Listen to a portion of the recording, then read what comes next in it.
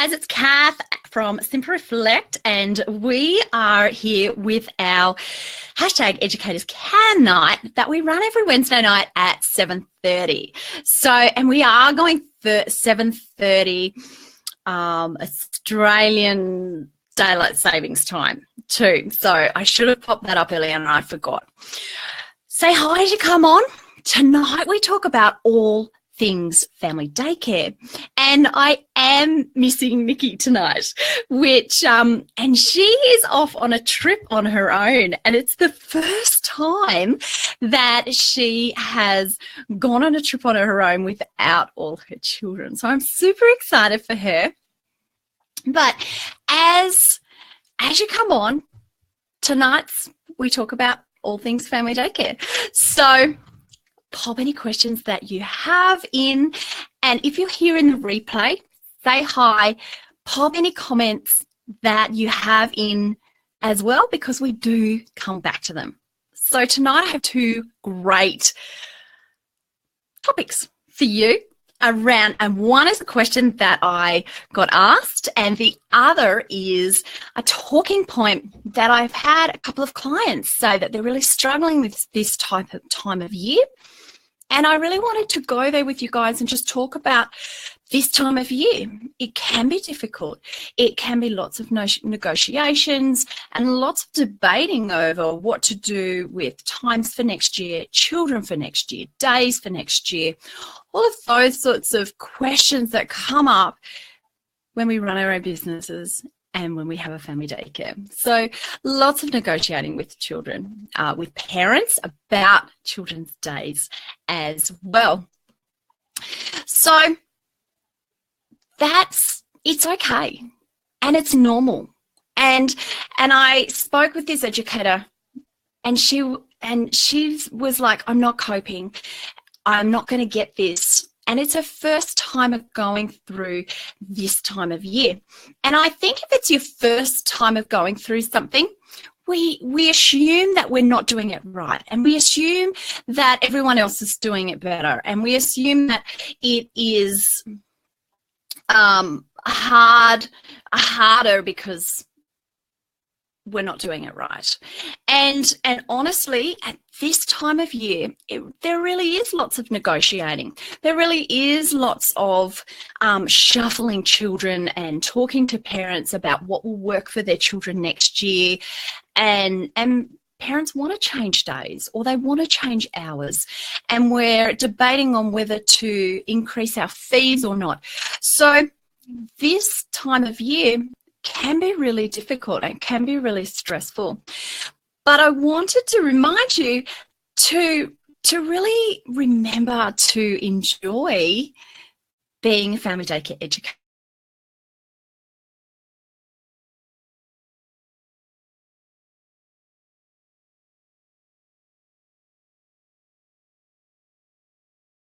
This time of year can be about.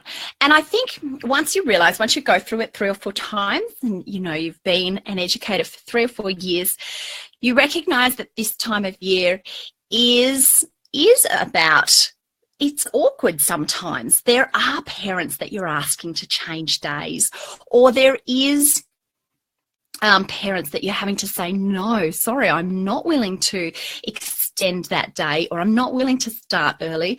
And it's okay to say no. Take the time that you actually need for yourself and have a think about what you actually want to do. And it doesn't have to be the way the parent wants it to be, but negotiate. It doesn't have to be one way or the other. Meet in the middle. Really try and negotiate your time. And next year, you will be thankful that you took the time now to negotiate with parents and have a think about, do I need to raise my fees at the start of the year? Have a think about, will that child really work on a Thursday where that parent wants it to? And we run our family daycares. We, as an educator, it's okay to say, look, that child really won't fit on that Thursday, or that's not the best day for them. negotiate well with parents about what's in the best interest for their children, because they're trusting you to tell them. Negotiate what you want. Do you need to put up your fees? Do you need to extend, or do you need to cut out hours that you do or a day that you do? Really do think about what's going to work for you, what's in the best interest for the children and the families, and don't be afraid to actually say, no, look, this isn't going to work, or I would recommend this. This time of year can be really stressful. So I don't want you thinking, oh, no one else is feeling stressed, because negotiating with parents can be really stressful. But I think as you do it each year, we get better at it, and we recognize, like I had a bit of a negotiation last week with a parent, and I was like, oh, okay, yeah, it's this time of year again. They're unsure of what to do. They're not confident in the choices that they're making for their own children. How can I actually support them better in making those choices? And sometimes that's giving guidelines around what will work for us, but sometimes that's actually making suggestions of other things they can try for their children as well. It's not always all about us. Sometimes it really can be in our best interest to make suggestions for a parent, to guide them as well. And if you have been an educator for 4 or 5+ years, you will have knowledge that those parents will benefit from. So don't be afraid to share it. And one of my notes here I've popped down is it's important to accept riding the wave. So yes, this time of year can be really stressful, but don't fight it. Don't really get so stressed over that it upsets you and that it stops you from moving forward and for doing the best that you can do with the children right now. So I'm being told that I'm frozen and that it's not really working. But if you can hear me, I would love to let me know that you can hear me, because that would be super, super helpful at the moment, just to let me know that I'm not sitting here talking to myself, because that just isn't what we want at all. Oops. So we haven't had much luck with the picture over the last couple of weeks, have we? But the audio is fine. So I'm thinking that I will keep going, because we did get a great question. And I'll pop it up on the screen for you in the hope that it will just get the picture into liking us.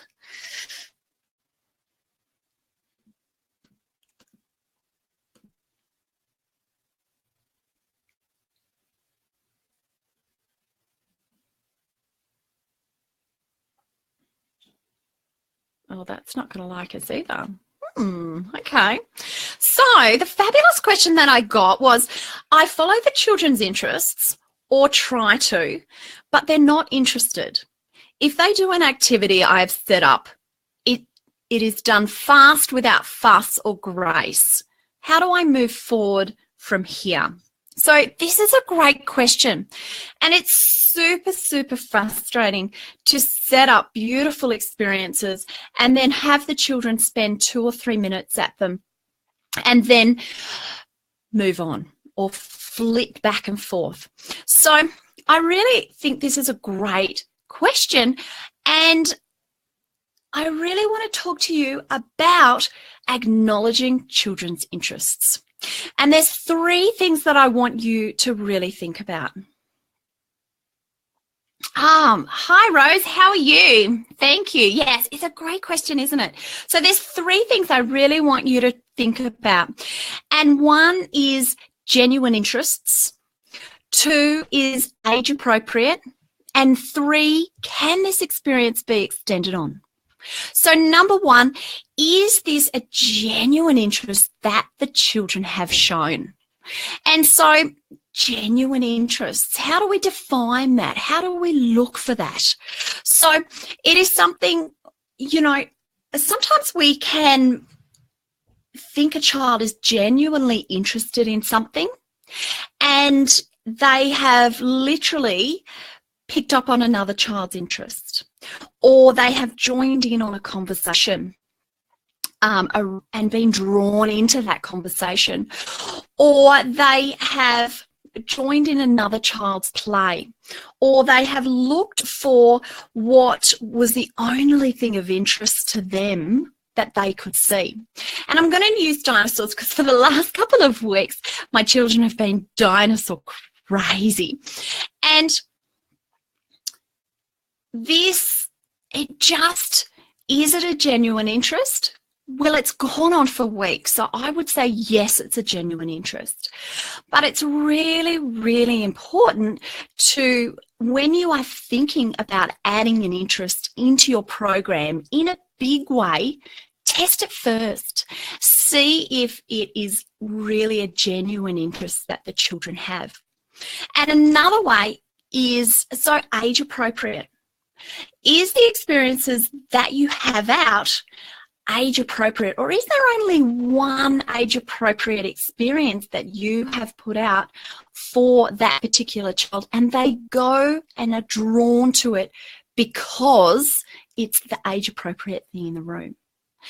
Or is this experience, can it be extended on? So let's look at the dinosaurs and go, okay, well, if I popped a basket, just a basket of dinosaurs down, what are the children going to do with those?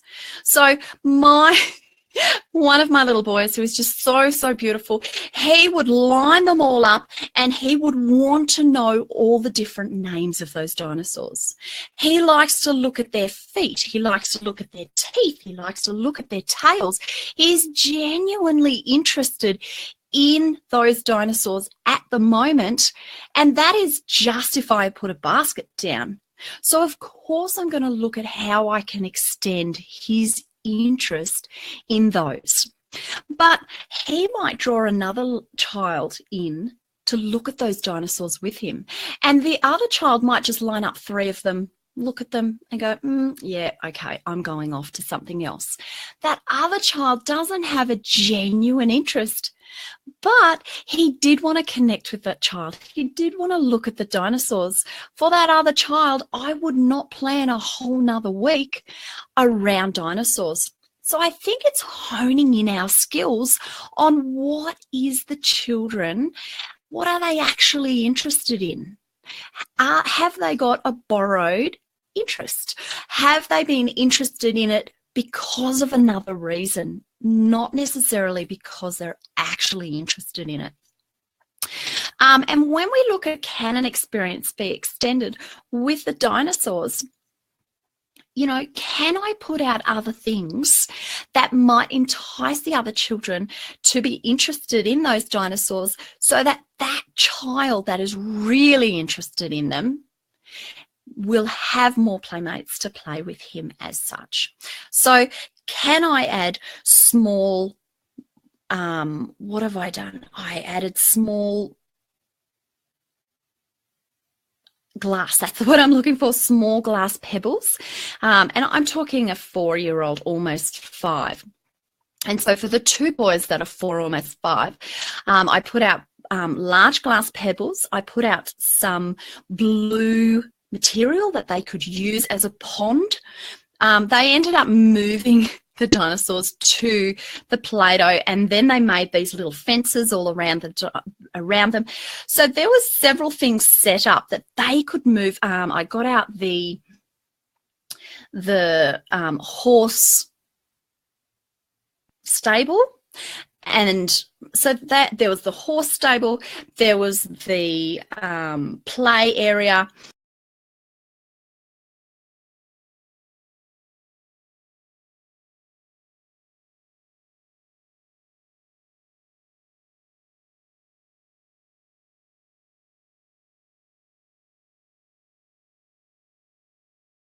Genuinely interested in how he could play with them, how he could move them around, how the other children could come and play with him.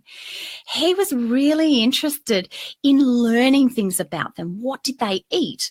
How many teeth did they have? How many toes did they have? The other children weren't necessarily that interested. So I facilitated his interest in that and programmed around his interest. But this week I have offered the other children a lot of different things because they're pretty bored. They're not interested in those dinosaurs anymore. But just because the other children are not interested anymore doesn't mean that he should just be moved on to something else as well. He still has a genuine interest, and I'm happy and get a lot of joy, to tell you the truth, to facilitate his interest still around that. So I think that's a very long-winded way to answer that question. But I think if we are offering experiences that the children flit to and flit away from, then it wasn't a genuine interest. We need to look harder for the genuine interests and for the skills that the children can learn through that interest. That's very, very important. Don't forget that these interests are facilitating the growth of skills. Age appropriate. Make sure what you are offering your children, that there isn't just one age appropriate experience out. And don't go the other way. We talk a lot about overwhelming our children. Try and scale it back. However, make sure that the children have choice around age appropriate experiences. And can this experience be extended? Can it go? Can the children take it in lots of different ways? Setting up one experience that needs to be done in a very specific way is really limiting our children. And thinking about how we are going to program our set up so that we can offer a lot of different experiences through the same interest, lots of different skills through the same interest for our children, super, super important. So does that help? Does that bring up more questions for you? Is there any questions that you have for me? Because they're the two things that I had today. Just really, really recognizing the stress around this area and around this time.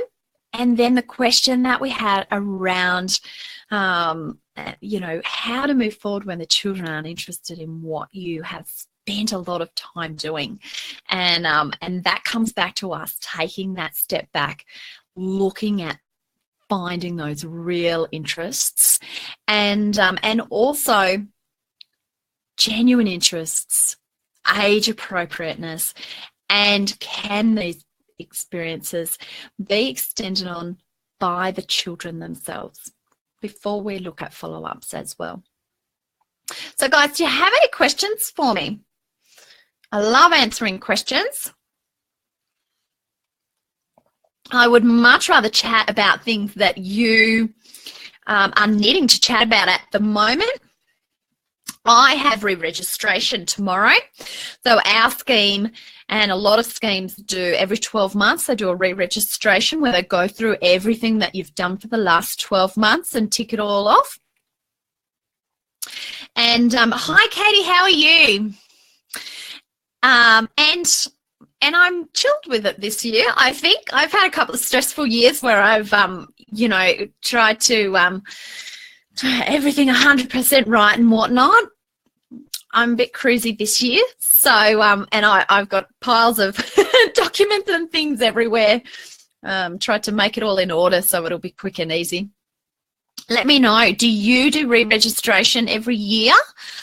Some schemes do it every 2 years. Our scheme does it every year. I actually like doing it every year.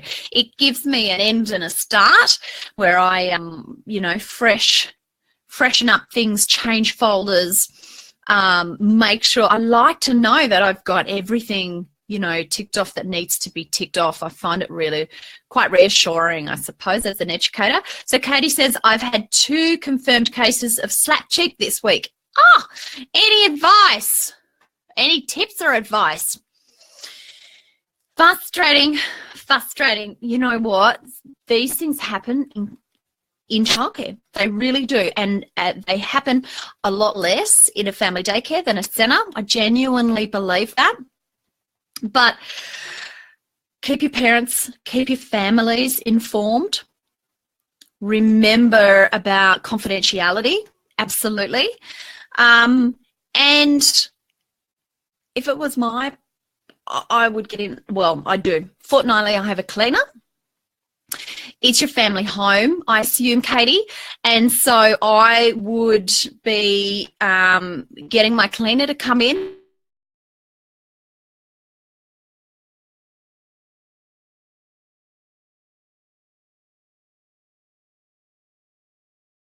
I'd be using my dishwasher more for, you know, putting more toys through, all of those sorts of things.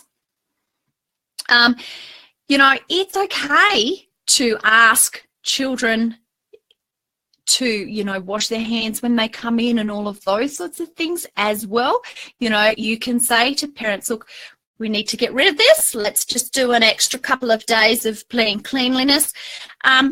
I would actually I would add into my program talking to the children about washing their hands, not putting their fingers in their mouths, which is totally ludicrous when you're talking about, you know, 12-month-old and 2-year-olds and whatnot, because they always put everything in their mouth.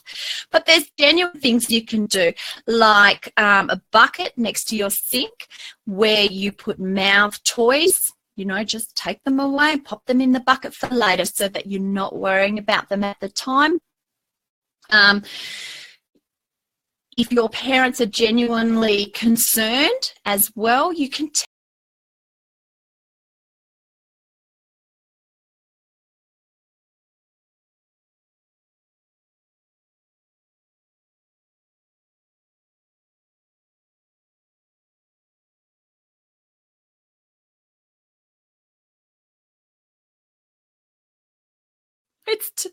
it's telling me I'm not connected. Guys, can you hear me? This is a bit frustrating. But yeah, those sorts of things. If your parents are you know, concerned and they're asking you about what you're doing, do a risk assessment about all the things that you can do. And I would oh, good. I'm back. Thank you, Katie. Yeah. So bucket for mouth toys, using your dishwasher, an extra clean by a cleaner, washing children's hands as they come in, doing a group time talk about keeping our hands out of our mouths, those sorts of things, why we are washing our hands when we come in, about germs, and about how to wash our hands properly, those sorts of focuses. And I don't know that you can, you know, do a lot more. What does everyone else think? If you are here with us or if you have some great ideas for Katie, please tell us, because, you know, these things do happen in care. And my number one tip will be, don't be hard on yourself. Like, these things happen. It just needs to be managed well and communicated well to parents. But does that give you some hints? I think, are you doing most of those things too? I think reassuring parents, you know, that you have put things into place, that you will manage this over the next couple of days as you go forward. That would be my focus. Any other questions, guys? I'd love to hear your questions.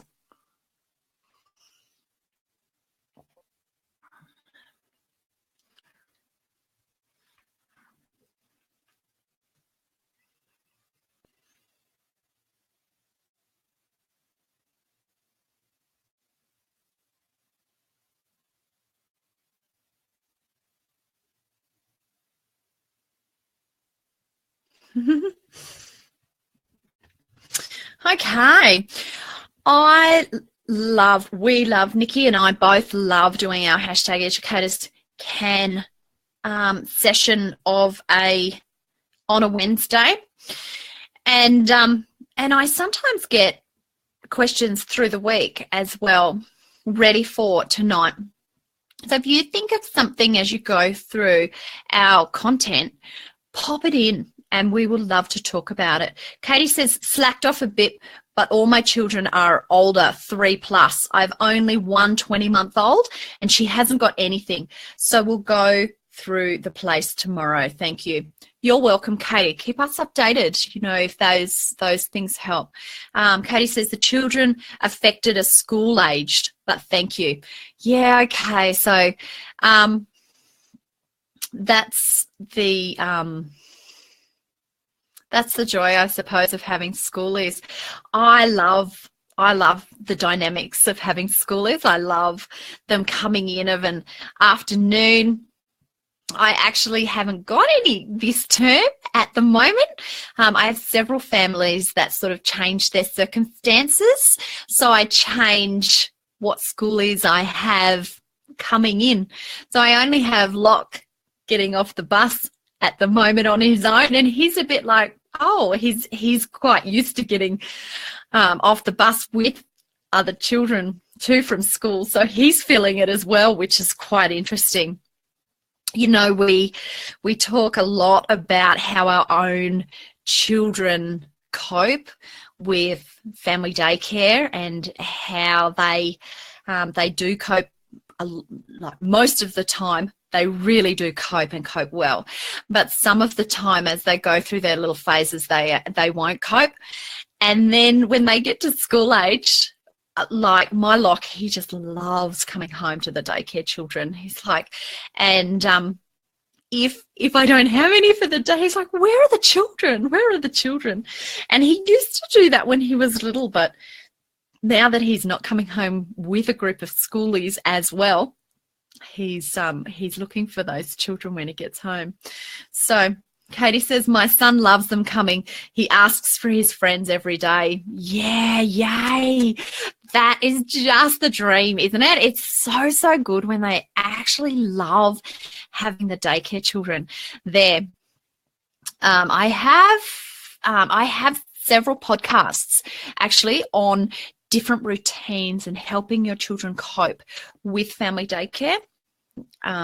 So if you are struggling with having your own child and the children, there are several podcasts that I know help. I'm so glad, Katie, that your son loves having them, because it feels so good as a parent to know that they love having the children come and to play with. It's just a really good feeling as a child, as a parent for your child. I really love that. Okay, guys, have you got any other questions? It's a bit funny tonight being on my own. I do enjoy chatting to Nikki about all our different questions. Katie says his play styles have really evolved. Absolutely. They so Katie, how long have you been doing family daycare, or how old did you say? I don't think you said how old your son is. But it's rewarding to see our children really grow with family daycares. Miss Nikki, yeah. It's so nice to hop on a Wednesday night and actually bounce ideas, because her and I, we're very, very similar, but we're also quite different in some of the ways we look at things. And I really enjoy that difference and that debate and the different ways that we do things. So Katie says he's 3.5 and about 3 and 4 months doing family daycare. Oh, okay. So you need to be very kind to yourself, because the first 3 to 4 months can be the hardest. So if you are, getting towards the end of that 3 to 4 months, then kudos to you. Like, that is fabulous. And that he loves having his friends there. That's super as well. Well done. It, I spoke a bit about stress of this time of year, but as we come on as new educators, it can be a struggle in the way of, it can be awkward, just questioning ourselves on what needs to be done and what different ways everyone does things. So be sure to ask lots of questions, ask lots of different educators for the way that they do things, because you really need to find ways that suit you, that work for you and your son. So, oh, thank you. Katie says you both bring lots of great ideas to the table. Thank you. I really do appreciate that. All right. Thanks for the chat tonight, guys. It is super lovely. I really enjoy talking to other educators, finding out where you are on your journey, as well as what's working for you, and what issues as well.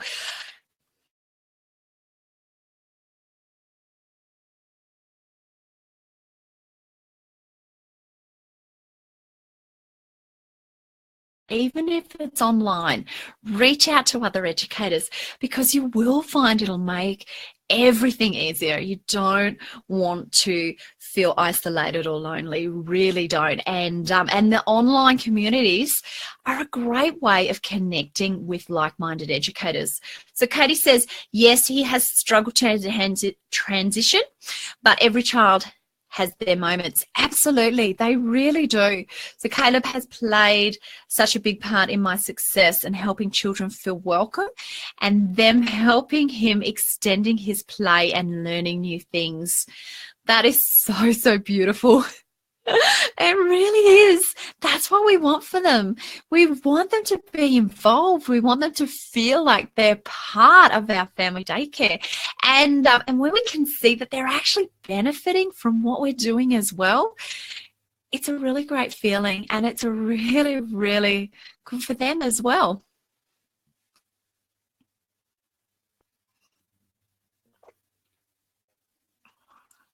Super. Okay, guys. So if you have any more questions, pop them in. I will come back for them. I will check them. If you don't want to put them on the open forum, then just PM them to me. No dramas at all with that. If anything else comes up for you, I'd love to hear that as well. And Nikki and I, will be back again next Wednesday for our How Educators Can, where we talk all things family daycare. And I think Queensland people will be 6:30, because New South Wales daylight savings time people will be 7:30. Just a little confusion over that happening the last week. If you're not sure, I'll pop up something extra as well. Have a beautiful week, and remember to shine. Bye, guys.